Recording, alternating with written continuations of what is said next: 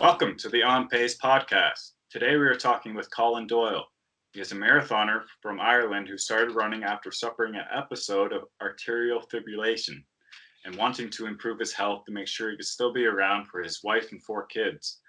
He also recently competed his first ultra marathon of 63.3 kilometers. How are you doing today? Not too bad. How are you? I'm doing good, man. How was the marathon? How was the ultra? It was tough, I have to say. Now my training didn't go exactly to plan. I had a bit of a quad injury in the middle of it, right when I should have been peaking. So my longest run was about 14 miles. So I was slightly underprepared, but I knew I had the mental toughness to get through it. So it was a bit of kind of getting one foot in front of the other towards the end and just get it done, really. Yeah. But hugely enjoyable. I found. When you do your first marathon, it was you kind of got those feelings again because it was the first ultra. It was a little different to everything else, and you didn't really know what to expect. So from that point of view, it was really enjoyable. I mean, the route was fantastic, and the people were just amazing. There's a bit of a special bond between people who run that kind of distance, Yeah, that's the thing that I'm gathering is the ultra community is a tight-knit bunch of people that are very friendly and supportive to each other. Yeah, it really is. Yeah. And I mean, when we were running with other marathoners and half marathoners, because it split up into 3 sections. So, I mean, as we were coming around with those other runners, when people saw the orange bib for the ultra runners, you got a special mention and people were really cheering you on. They really felt your pain, especially towards the end, So how long did you get it done in? What was your finishing time? Just over 6 hours. Yeah, 6:06. So I was aiming for about just under 6. I would have been delighted with a 5:59, but I was on target for 5:59 until about 5 miles out. I came to what was the final hill, and when I saw that hill, I just knew it wasn't going to happen. It was a real tough one. One of those ones that just goes on and on and on, Oh yeah. So you all in now? Came in at 6:06. I was fairly happy with it. I'd run the marathon part in about 3:50, so that was okay. And I knew if I could do the last section in just over 2 hours, I'd be getting in. But it took a bit more than that, especially towards the end. The legs, the muscle fatigue was gone. I think it was just really hard on the legs, So was it what you expected out of it? Yeah, I think looking back now, a couple of things sprung to mind straight away. I recovered extremely quickly. I don't know how I recovered so fast. I think a lot of it is to do with good nutrition and I suppose the fact that I've been running fairly solid for the guts of a year now. I've been running for 3 years, but I've been running proper consistently for, I suppose, just under a year. And I think that helps, that history behind you really helps get you over the line. It was as tough as I thought it would be, especially without the proper training. But I didn't expect such a good atmosphere and to be still having fun at, mile 37 and mile 38, it was, the crowds were just amazing. And, they knew we were struggling, but they really bring you home right to the finish line, Yeah, it's a really supportive people. Yeah. So what's the next one? What are you looking at next for your distance? To be honest, I'm looking forward to not having a training plan for a few weeks. I was saying to somebody there yesterday on Facebook, and I was saying, it's a nice break just to be able to go outside the door. I'm back out running tomorrow, to go back outside the door and just go for a run and not really have to worry about why or the reason behind the training, and just kind of get the legs moving and get the fresh air into the lungs. And really, it's going to be a nice few weeks as a bit of a break before I go back to starting to get back into some 5K and 10K stuff, Yeah. But I suppose the plan for the rest of the year really is marathons in October. I have a Munich marathon, and then 2 weeks later I have a Dublin marathon right at the end of October. So that's kind of the next big thing for me. I have a half marathon, and I'll probably throw in some 5 and 10Ks then in the mix as part of the training. But that's kind of the plan now, is to really start pushing for that sub-3 marathon, which I'll admit is still a little bit away. I don't think I'll do it this year, but I know I'll do a PB in October. I'm 100% sure that if I can stay injury free, which I seem to be doing at the moment, I can definitely get kind of 3:10, 3:15, you know? Yeah, I was trying to push for a 3-hour marathon in basically a month from now, it's April 26 or 7 today. I forget. Yeah. I was trying to, but I blew my calf in my last race. So pushing that date a little further away. Yeah. Yeah, And I've been doing the same thing as you lately, just going out for like a nice run and not really counting the distance and just enjoying myself while I'm out there instead of getting that grindstone of agony going. I needed a little mental break. Yeah, and what's the calf like now? Is it healing or? Yeah, I took care of it properly. Kept massaging it, breaking it down, get it going again. It sucked, but I still set a personal record at my last half marathon, so I was pumped. Wow. Yeah, it happened in the race, and right. Okay. Yeah. So it kind of that race really sucked, and it hurt the whole time. So it still went well, great. look, I mean, I suppose in races we tend to, you keep your real hard efforts for the races, and I suppose if you're going to get injured, that's probably when it's going to happen most, I think. Yeah. When you're really pushing for the line. But no, I had some issues with injuries in the first, I suppose, like most people. I started running.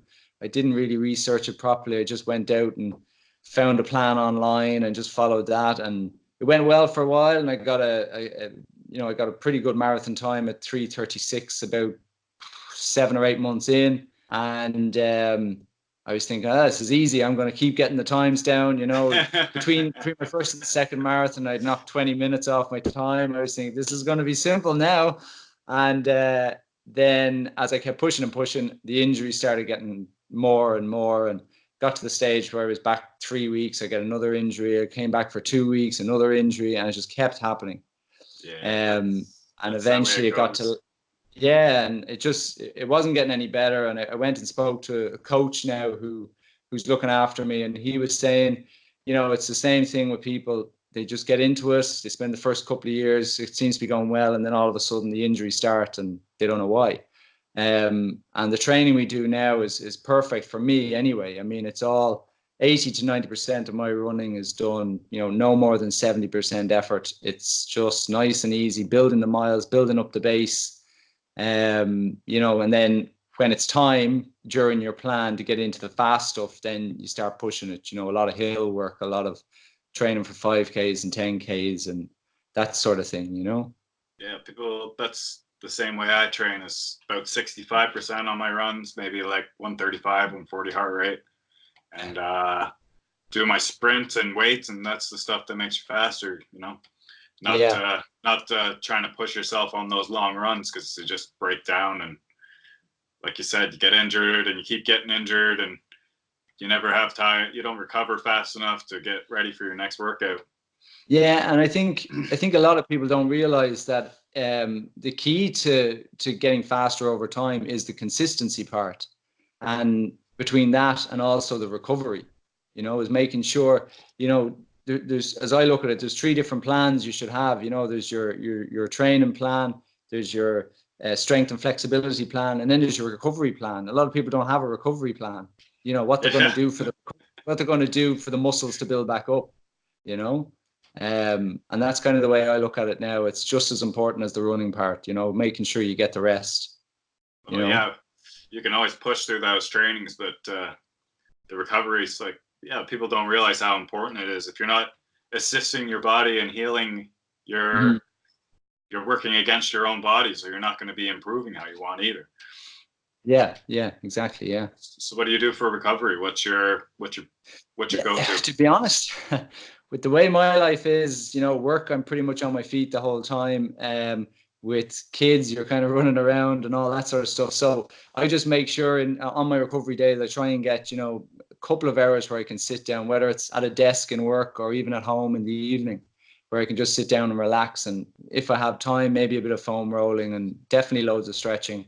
I do that most days anyway, but kind of a little bit of extra TLC on the rest days. And that's just kind of it, because it can be very easy on your rest day to go, oh God, now I can get up at 5 or 4 in the morning and I can say, right, what am I going to do now? I've got all these jobs that are building up. I could do them.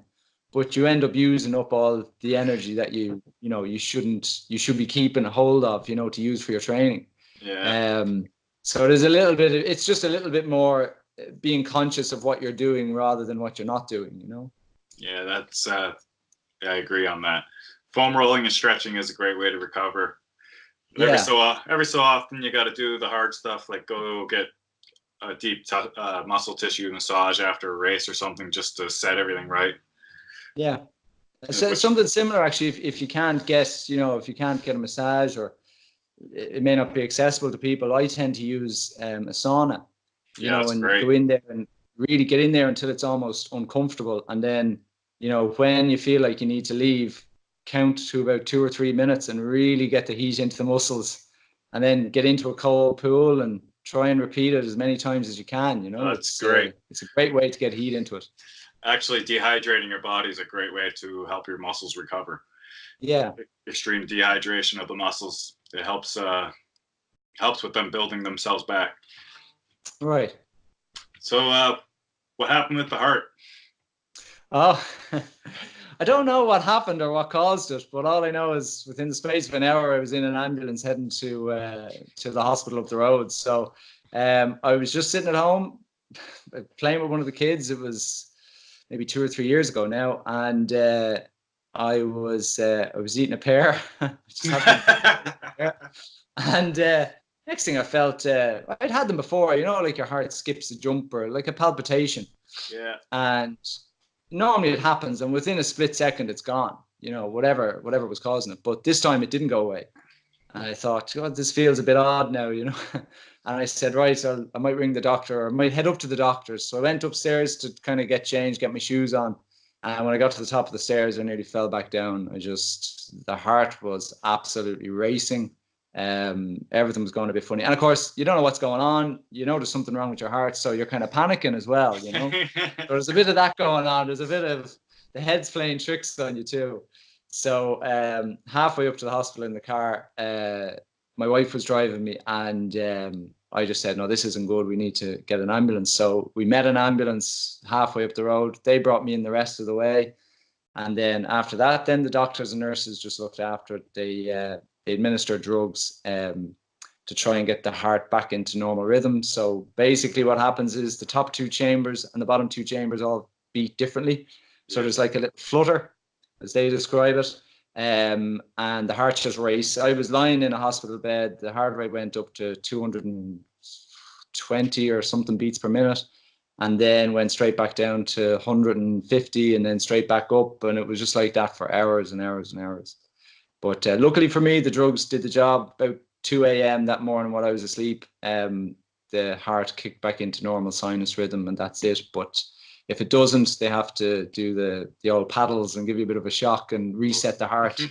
So it's not something I want to go through, A good old hard reset. Yeah. So atrial fibrillation is what it's called. It's actually quite common, especially in older people, but it's quite rare that someone as young as I am, or as young as I was, gets it. Because I think I was about 36 when I got it the first time,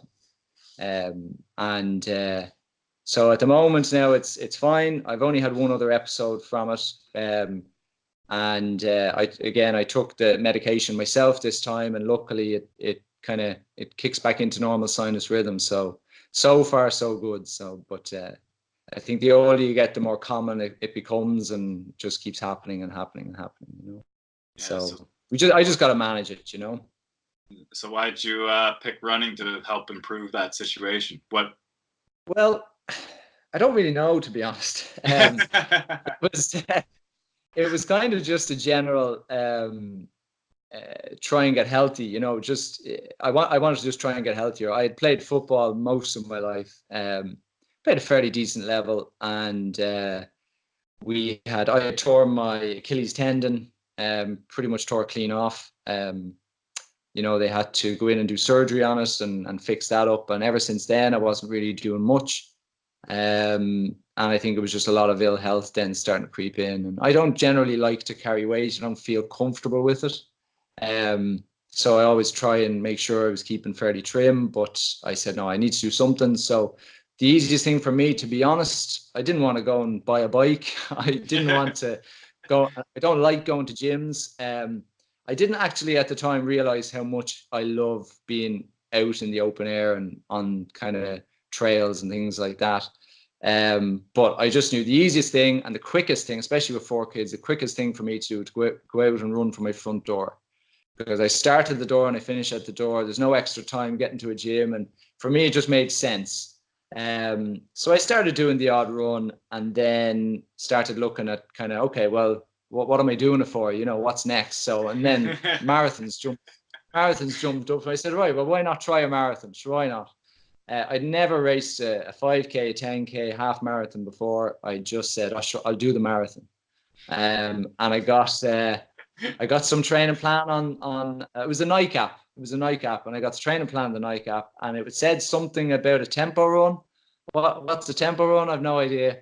I just said maybe it's a little bit of a faster run, so I'll run a bit faster, and hadn't got a clue what I was doing. I was just, it's funny when you look back at it now, but I stuck to the plan. I did the mileage, and I got across. I did the Dublin Marathon in 2016, I think, and I got across the line in 3:56, and I was delighted, brilliant. Said I'd never do it again. Worst thing ever. And how long did yeah, that last? 2 months later, about 2 months later, I was kind of on and off running. I just wasn't really. And then I got another marathon in my head. Oh, there's one in down the road in another county. And I says, right, we'll go for that. And that's kind of where it got a bit serious. And I think I knocked about 20 minutes off. We come in 3:36. So I started getting a bit of a bug for it then. And yeah, so kind of as I went through that, I went through a lot of injuries and really trying to push it. And I was pushing too hard. And I was really breaking my body down, and it wasn't doing me any good. I ran the next Dublin Marathon, didn't finish. I'll be honest, it was probably more of I lost the mental battle rather than the physical battle. Thought I was doing well. I was coming in for close, targeting a 3.5 hour marathon for that one. I was on time, coming up to the halfway point, but I was struggling. I was struggling to hold the pace, and I got a bit of a twinge in the calf. So I let my head tell me that the calf was gone and that I needed to stop. But I think looking back now, and I can be honest about it, I lost the mental battle and I decided to DNF rather than go through the pain.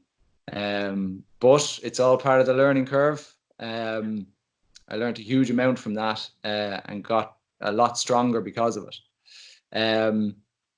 So like that then just went on for the next races. I ran another one then the following summer, and that was a disaster. That was heat stroke, the whole lot, shaky legs, sitting on the ground, couldn't get up. I managed to get up and walk another mile, and at that point, ambulance men were coming in checking if I was okay, and that was at about mile 21, and I said, no, enough's enough. And it was just all too much pushing, too hard, not really understanding the concept of building your base and doing easy training and building up from that. And it was only when I got to about October, November last year that the penny dropped. And I started kind of what I've been doing for the last 5 months, and it's been incredible since. No niggles, recovering faster, all that sort of stuff. Really, it's got me very positive about running again. Yeah, that's good. That's kind of seems to be the way it goes for people, because when you first start running, you can't really push too hard because your body's not at that functioning level yet, really. Yeah. So you can train like that, but once you're doing like a marathon in 3:36, like you said, and you're trying to still train to that same like rhythm or whatever you want to call it, your body's becoming more high functioning, so it's just going to break itself down faster. Yeah. So you can't recover, and then like with your races, how they went, it's just that's a byproduct of that, right? Because you can't push 5 days a week in training and then go out and go try and push even a little bit further with that next step in that marathon, which is farther than any run that you've done, and more time, and just way more energy. You're already broken. Yeah, I think, look, I suppose it's one of my faults. I tend to have to break things to know how far I can push them. You know, unfortunately with the running, it's kind of your body and you end up breaking it before you realize, well, that doesn't work, you know. But no, it's really, I have to say now, I'm really, I do a lot of reading up now on kind of Arthur Lydiard and that kind of training, and the Maffetone methods and things like that, where it's all based, like you say, on heart rate and keeping it nice and easy and just building your base, and you do the fine tuning when you're getting closer to the race, you know. Yeah, we all kind of start to become sports scientists with this when, Yeah. because you kind of have to. At some point, Yeah. you realize, like, oh, I'm just breaking myself. I need to figure out a way to do this better. Yeah. And it's quite a simple sport, really. When you go through all the sciences and everything, and you come out the other end, and you realize it's actually quite simple. You know, Oh, just run. you break it down. It's like, yeah, you got to run. You got to make it so your training plan has a day when you get faster, and you need a day when you get stronger. And then that's all you need, really. Yeah. So, yeah, go ahead.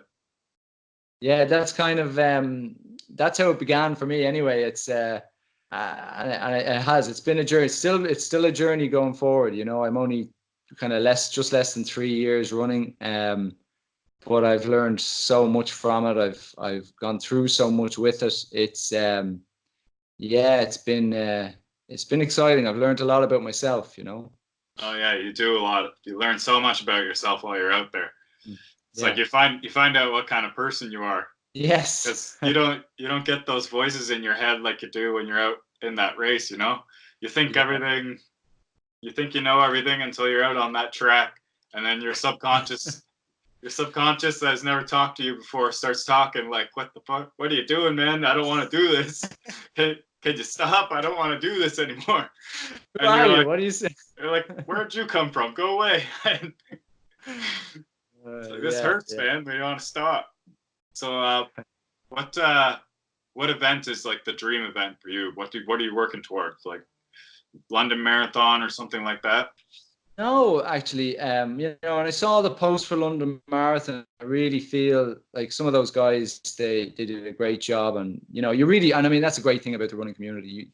Nobody wants to break anybody down. You're happy for everybody. For me, the whole concept of those big, huge events doesn't really appeal to me. You know, the massive crowds, it just doesn't appeal to me. I don't mind a decent crowd. I don't mind a good marathon like that, a good city marathon, maybe smaller scale. But no, for me, I suppose something like 100-mile event would be my big thing. You know, 105 down in UTMB would be amazing to run UTMB. Probably a good 3, 4, maybe even 5 years away for me, but that'd be something I'd love to do. Running across the Swiss Alps, you know, covering 3 different countries, you know, it would be phenomenal, you know. Yeah, that's a good goal to look towards. Yeah. That's my aspirations is ultra marathoner. That's definitely what I'm gearing towards. I still want to be a very competitive marathoner, but I'm a little too big to be competing with the small boys. Yeah, well, I've fairly chunky legs, all right, but I kind of, I had set the target of sub 3 marathon, and I kind of said, you know, what's going to happen after the sub 3 marathon? Am I going to cross that line, and all of a sudden my life will be complete? And the more I thought about it, the more I thought, you know, like the goal, when you realize the goal isn't the goal, you know, the goal is just, I suppose, in terms of ultramarathon, it's an aid station along the way to the finish. Yeah, you know, it's all just part of the journey to becoming a better you every single day, month, year. For me, just being able to get out there and run is the journey. And part of that along the way, like you say, about being competitive, is for me breaking 3 hours in a marathon. But it's not the end.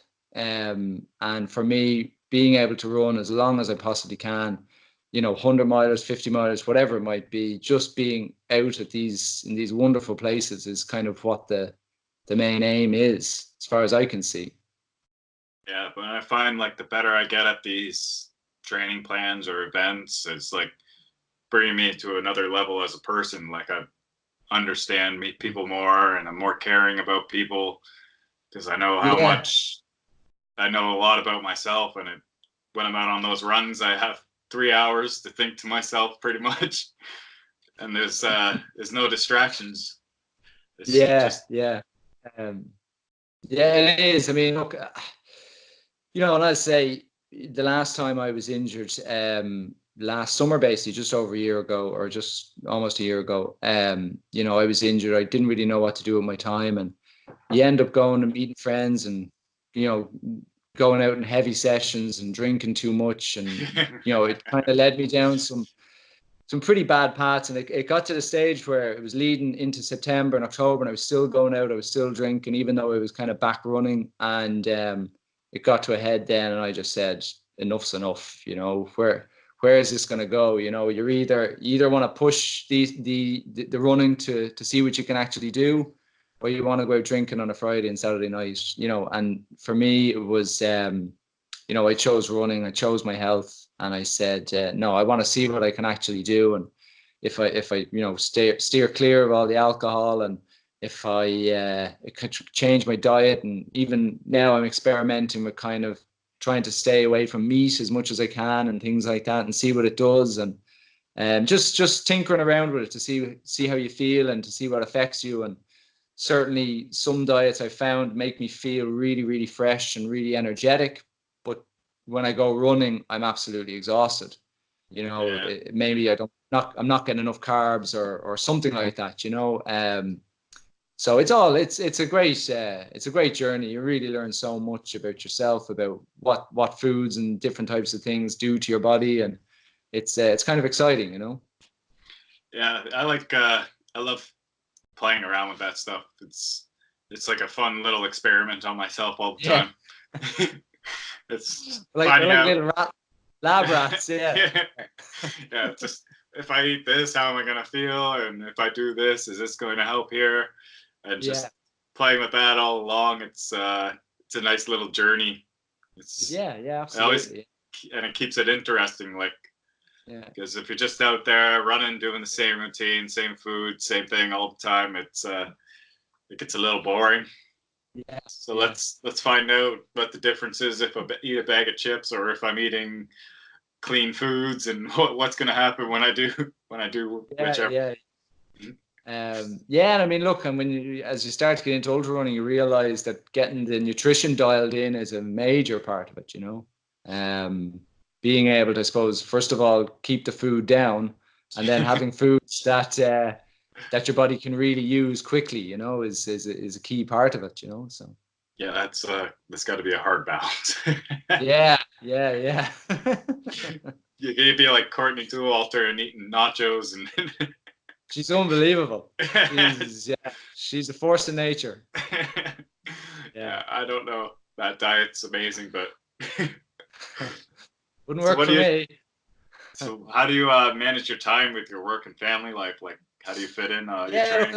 And again, it all really came to a head the end of last year. I had to make a decision, and how was I going to do this? And I wasn't willing to I can't afford to let it affect my work. I wasn't willing to let it affect my time with my kids.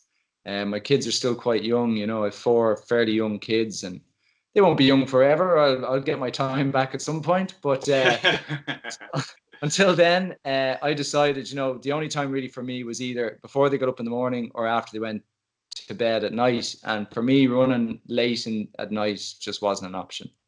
I've always kind of been a morning person, so that's when I've my most energy. So I said, no, that's it. So I said to make sure I'm back by 7 a.m. when the kids get up, and I'm there when they're waking up. And so that's kind of what I do. So, I've gotten up at 2 or 3 a.m. to go on long runs, and that's just the way it is. It's that's the decision you make. And to be honest, a lot of people ask me, how do you even think about getting up that early? But I suppose if you look at it, if you were unfortunate enough not to be able to have not to be able to run, you know, and somebody said to you tomorrow at 2 a.m. you're going to be able to run, you know, you'd be up, there'd be no problem. And I'm kind of every morning I'm kind of thankful for the fact that I can go and run.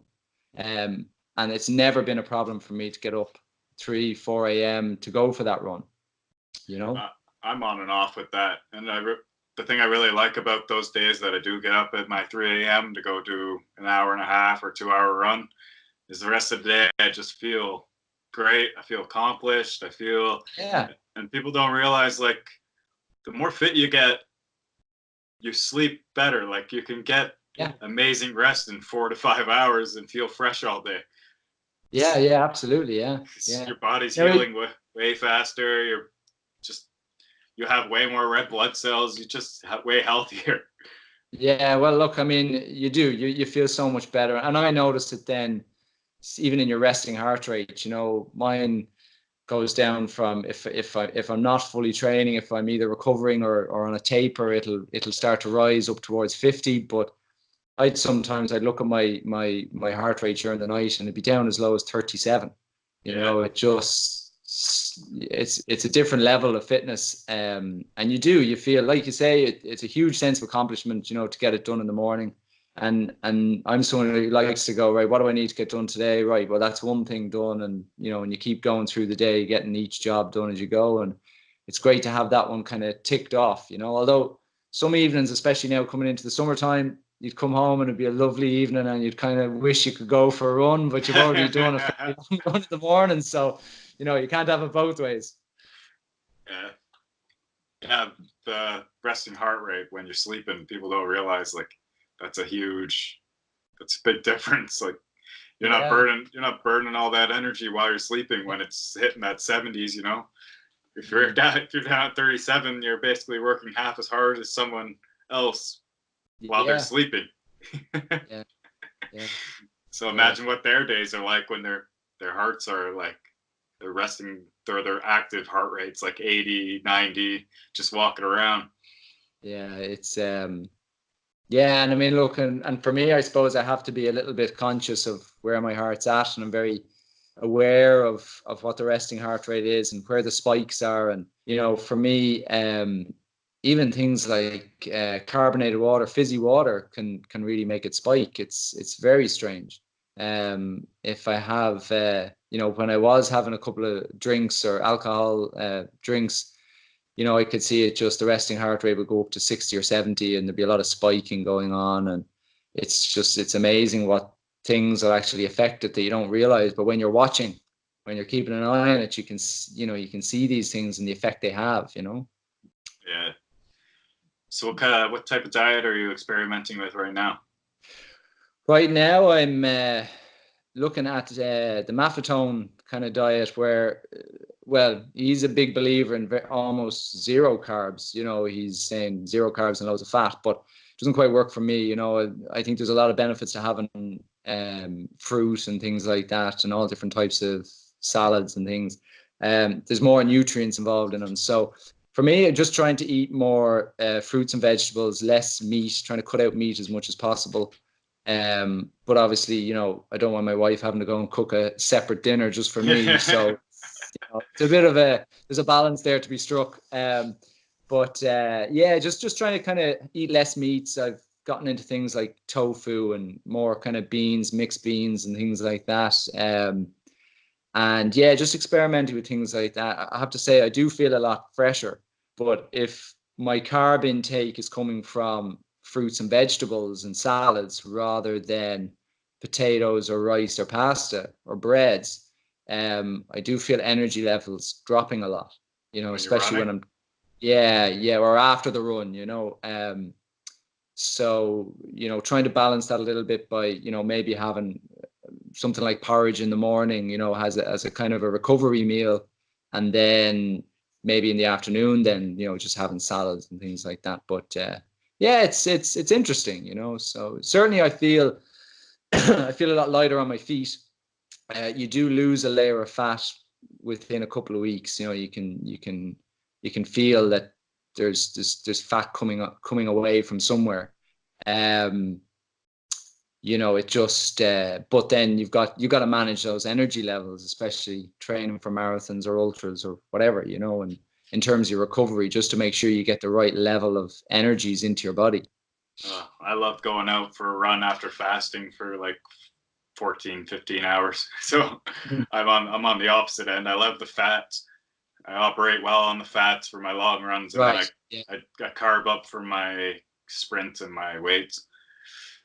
Just try to hit both ends of it. Yeah, and I would, if it was an easy enough session, I would. I find if I've been fasting and I go out and try and do a tough session where you're slightly elevating it, I do tend to get, you see a few stars coming up in front of you, and the fatigue. It's not great. Yeah. You can't really go over a 140 heart rate with the fats because they just don't have a quick enough delivery. Yeah, exactly. Yeah. I forgot what I was going to ask. Got anything you want to bring up? Anything you thought about? No, I mean, look, it's well, you think about it a lot when you're running, but trying to get those thoughts back afterwards, But they escape you, eh? yeah, but I mean, look, for me, all I'm trying to do is just kind of keep enjoying the running. It's just, I've found it's changed a lot of it's changed my whole view on the world, the way I look at things, the person I am. And a lot of people say running is a very selfish sport. You've got to go out and take time out and long time. But I actually, the way I look at it is it's people who run become better people. And as you said, you become more conscious, you become more thoughtful of others, and you become a better person because of it. And I think that's kind of the payback for the time you take for the running. And I think it makes a huge difference. And you see it, like you say, in the communities of runners and ultra runners and everybody like that. They're all so welcoming and supportive. And the more you're in that environment, the more you feed off it and the better you become. And you really see it in so many runners. They're just so happy to be where they are, And all the ultra runners I've had on here, they all are the most supportive and helpful with me getting this started. So it's not selfish at all. They're always willing to help, and they're the best kind of people. They're great. I love them. Yeah. I mean, and I suppose they know what you have to go through in order to train for these things, and then there's no easy way out. No, there's no place to hide. Can't hide, man. If you're running 100 miles, there's no place to hide. It's point A to point B, one foot in front of the other, and it doesn't matter how much it hurts. You got to keep going if you want to finish. Yeah, absolutely, yeah. Let people know where they can find you and follow you.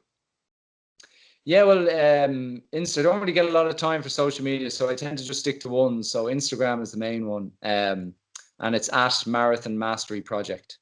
Okay. So, I chose that name a while back. It's more just, I suppose, you're never going to master anything, but I suppose I chose it because it was all about the journey of trying to master the whole running thing and to try and become more, to become a better marathoner, basically. So I mean, look, follow me on there, and that's where I kind of post all my training pictures and try and keep myself accountable. And it's a great community on there too. People are so supportive on there, and you kind of have it in the back of your head. It's that external pressure, if you don't get out for the run in the morning, are people going to be saying, "Oh, where's he gone?" I know. I haven't posted for a few days, and I felt guilty. I've been busy working on this and working. Yeah. All right, man. It's been good talking to you. I'm going to close up.